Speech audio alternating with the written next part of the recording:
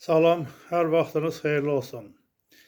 Mən vaxtınızı çox almayaraq, qısaca olaraq İranda baş verən bugünkü olaylara, son vaxtlar baş verən olaylara öz münasibətimi bildirmək istəyirəm və müəyyən fikirlərimi diqqətinizə çatdırmaq istəyirəm. İran, yəni əslində Azərbaycan olan bir ölkənin son 10 illiklərdə, belə deyək, son 100 ildə hansı vəziyyətə salındığını və kimlərin idarə etdiyi tarixdən çoxumuza məlumdur. Və bu haqda məlumatları mətbuat vasitəsilə də tarixi sənədlərlə də əldə edib öyrənmək olar. Qısaca olaraq onu demək istəyirəm ki, bugün adı hallanan Rza Pəhləvi, yəni atasından necə deyirlər, özünə miras saydığı bir İran kimi ölkənin varisi olaraq ora yenidən can atması və sülalə rejiminin tətbiq etmək istəyi gündəmdədir və mətbuatdan bizlərə məlumdur. Bu həvəs ona hardan yaranıb, niyə belə həvəsə düşüb, kimlər tərəfindən həvəsləndirilib, bu barədə yəni geniş danışmaq istəmirəm. Müəyyən kanallar vasitəsilə mətbuat orqanlarından da bu barədə geniş yazılır, məlumat verilir, öyrənmək olar. Mən qısaca onu demək istəyirəm ki, İran kimi əslində yəni Azərbaycan olan bir ölkənin indi Rza Pəhləvi adlanan, ora can atan bir sülalə varisi olaraq və eləcə də neçə illərdir kənarda olub diaspor şəklində fəaliyyət göstərən bir dəstənin yenidən İrana can atması çox maraq kəsb edir və düşündürücüdür. Bir məqamı qeyd etmək istəyirəm ki, İran kimi bir ölkəni, elə bir potensialı olan bir ölkəni, ərazinin gətirib o səviyyə saldılar ki, 1979-cu ildə baş verən məlum Molla rejimi, belə deyək, inqilabından sonra o ölkəni diaspor halında idarə olunması, fəaliyyət göstərməsi, yəni 20-ci illərdən belə deyək, hakimiyyətdə olan bir sülalə həmin ölkəni diaspor səviyyəsinə salıb fəaliyyət göstərməyə başlamışdı. İndi isə İranda gedən və daha doğrusu dünyada gedən qlobal dəyişikliklərin nəticəsi olaraq İranda da baş verən və digər ölkələrdə məlum hadisələrin eşidirik və məlum olan hadisələr haqqında məlumatımız var. İran da onların içərisində olmaq şərti ilə. Bu, dünyada gedən, qeyd etdiyimiz kimi, qlobal dəyişikliklərin nəticəsi sayəsində İranda da baş verən bu proseslərin çox qaranlıq, belə deyək, bu yöndə getsə, Rza Pəhləvi kimi bir özün varis sayan bir şəxsin yenidən İrana qayıtması, hakimiyyətə yerləşdirilməsi, belə deyək, baş verərsə, bu çox böyük faciələrlə nəticələnə bilər. İranda yaşayan əsasən Azərbaycan türkləri, belə deyək, farslar, eləcə də bəluclar kimi böyük kürdlər, böyük bir etnik qruplar deyək belə, yəni Azərbaycan türklərinin ora hesab etmirəm ki, etniklərdir. Yəni bunlar arasında da əgər İranı parçalamaq niyyəti olsa müəyyən qüvvələrin, bu olaylardan həmin etniklər sayılan, orada yaşayanlar arasında münaqişənin başlanması və ya necə deyirlər, süni də olsa yaradılması baş verə bilər ki, İran parçalanmaya doğru getsin. İndiki məqamda Azərbaycanımızın da son illər gördüyü, əldə etdiyi nailiyyətləri nəzərə alsaq, İranın parçalanması elə bizim Azərbaycanımızın özümüzə müəyyən problemlər yarada bilər və bu qaçılmazdır. İndi hər halda, yəni İran adlanan, qeyd etdiyim kimi, geniş məlumat vermək istəmirəm ki, elə Azərbaycan dövləti olub, tarixə 1000 illər boyu və dünyaya nümunəvi bir dövlət kimi tarixdə qalıb.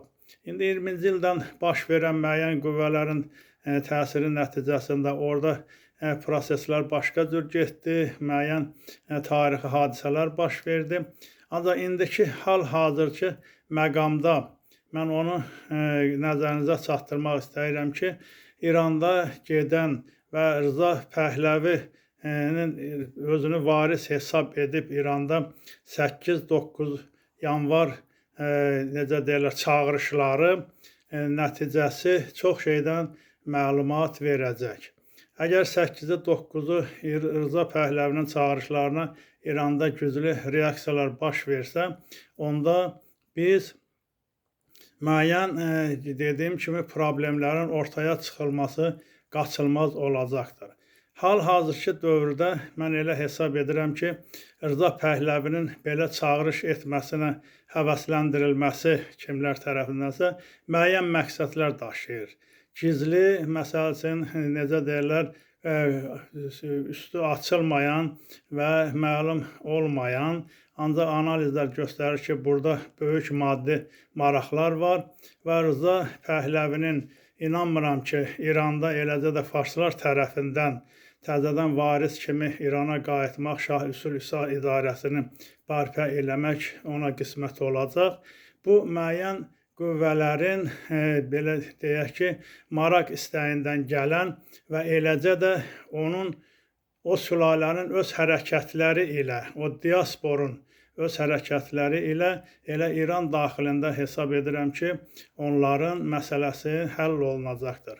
Hal-hazırki dövrdə İranda mövqelər belədir ki, İranın həqiqətən seçilmişdir. Oradan da belə qəbul edək ki, demokratik seçilmiş prezidenti, hazırki prezidenti Məsud Pezeşkiyan var və o, necə deyirlər, siyasi fəaliyyəti də əvvəldən dünyaya məlumdur. Prezidentlik dövründə də müəyyən necə deyirlər, fikirləri, planları, çıxışları dünyaya məlumdur. Eləcə də həmçinin biz sadə insanlara da. Fikrimcə, hal-hazırki dövrdə İranda gedən proseslərin, bu inqilab deyək, başlayan bu nümayişlərin nəticəsi olaraq Rza Pəhləvinin yenidən İrana qayıtmasındansa Məsud Pezeşkiyanın bir legitim prezident kimi saxlanılması, qəbul edilməsi dünya tərəfindən elə hesab edirəm ki, qaçılmaz olacaq. Ən optimal variantlardan biri budur. Və İrandakı 8-i 9-u Rza Pəhləvinin etdiyi çağırışlara reaksiyadan onun taleyi elə hesab edirəm ki, elə bu məsələdə həll oluna bilər. Əgər onun İran ərazisinə daxil olması da təşkil edilərsə, hesab edirəm ki, bayaq dediyim kimi açıqlaması müəyyən məsləhət görülməyən, müəyyən fikirləri vaxtından əvvəl demək düzgün olmazdı. Burada çox güclü maddi maraq sayəsində, belə deyək, həm maddi maraq, həm də siyasi maraq yönündən onu belə şirinlikləndirib ortaya atılması qaçılmazdır fikrindəyəm və bunun sonunun necə olacağı da müəyyən dairələrə hesab edirəm ki, məlumdur.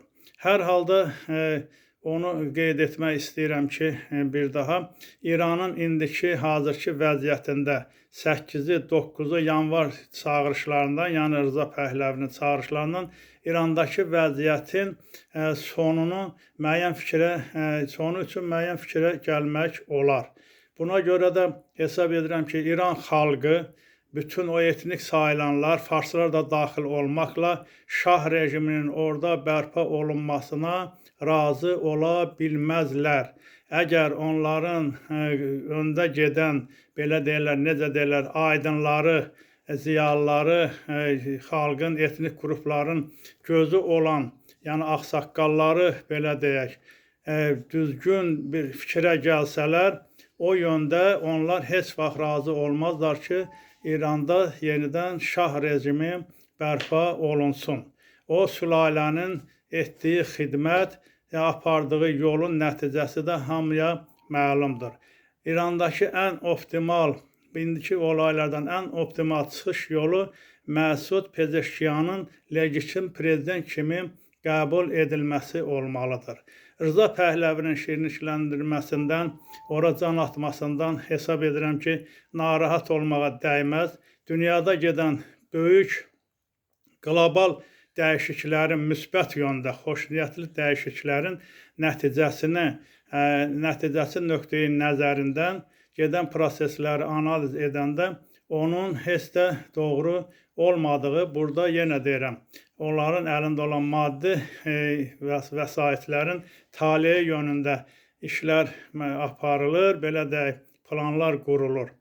Ona görə də mən öz arxayıncılıqla, necə deyirlər, öz fikrimi çatdırıram ki, hətta adlanır ki, Amerika Birləşmiş Ştatlarının prezidenti Donald Trump'ın da Rza Pəhləvinin müəyyən çağırışlarına, belə deyək, loyal münasibət bəsləməsi səslənir. Mən Donald Trump'ın birinci prezidentlik dövründən başladığı dünyada gedən müsbət yönlü dəyişikliklərin, yəni qlobalizmdən imtina, belə deyək, yaxşı mənada tutulan bir yoldan geri dönmək mümkün olmaz və bu da inanıram ki, heç vaxt bu fikirdə, bu niyyətdə olmadılar. Hər halda mən nisbən baxıram bu proseslərə. Əsas odur ki, bəli, İrandakı proseslər onun sərhədlərindən kənara çıxmasın. Yəni, qaçqınlıq həyatı olmasın. O da ki, onun nəticəsi olmaması üçün bu nəticəyə gəlmə. Orada etnik münaqişələrin qarşısı alınmalıdır. Yəni, orada Rza Pəhləvinin gəlişi ilə etnik münaqişələr başlaya bilər və İranın qabaqcadan müəyyən planlar vardı ki, 3 hissəyə ayrılsın, belə. Ancaq Suriyadakı məsələlər, proseslərin gedişi, müəyyən o Kürdistan məsələsi deyək, indi geniş danışmaq istəmirəm. Bu məsələni hesab edirəm ki, hal-hazırki vaxtda arxa plana keçirə bilər.